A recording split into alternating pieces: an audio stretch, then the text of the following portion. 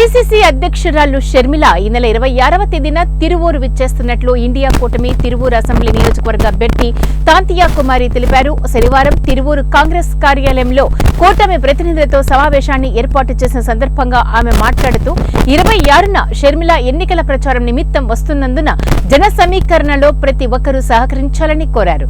మోడీ హయాంలో అన్ని కులాలపై దాడులు జరుగుతున్నాయని, భారతదేశాన్ని అన్ని రంగాల్లో మోడీ ప్రభుత్వం నాశనం చేసిందని, ఆర్ఎస్ఎస్ విధానాలే మోడీ అవలంబిస్తున్నారని, దేశంలో గాని రాష్ట్రంలో గాని ఎటువంటి సంక్షేమ అభివృద్ధి జరగటం లేదని తాంతియా కుమారి అన్నారు. కాంగ్రెస్ వస్తేనే పేద ప్రజలకు, బడుగు బలహీన వర్గాలకు న్యాయం జరుగుతుందని తాంతియా కుమారి తెలిపారు.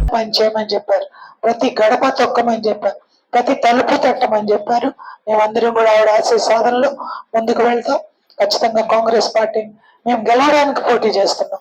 ఎవరి ఓట్లు చేర్చడానికి కానీ, ఎవరిని గెలిపించడానికి కానీ మేము పోటీ చేయట్లా. ఖచ్చితంగా కాంగ్రెస్ పార్టీ గెలవడానికే పనిచేస్తుంది. గెలిపోవటంలో దేవుని చిత్తంలో ఉన్నాయి. ఖచ్చితంగా మేము గెలవడానికి పోటీ చేస్తున్నాం.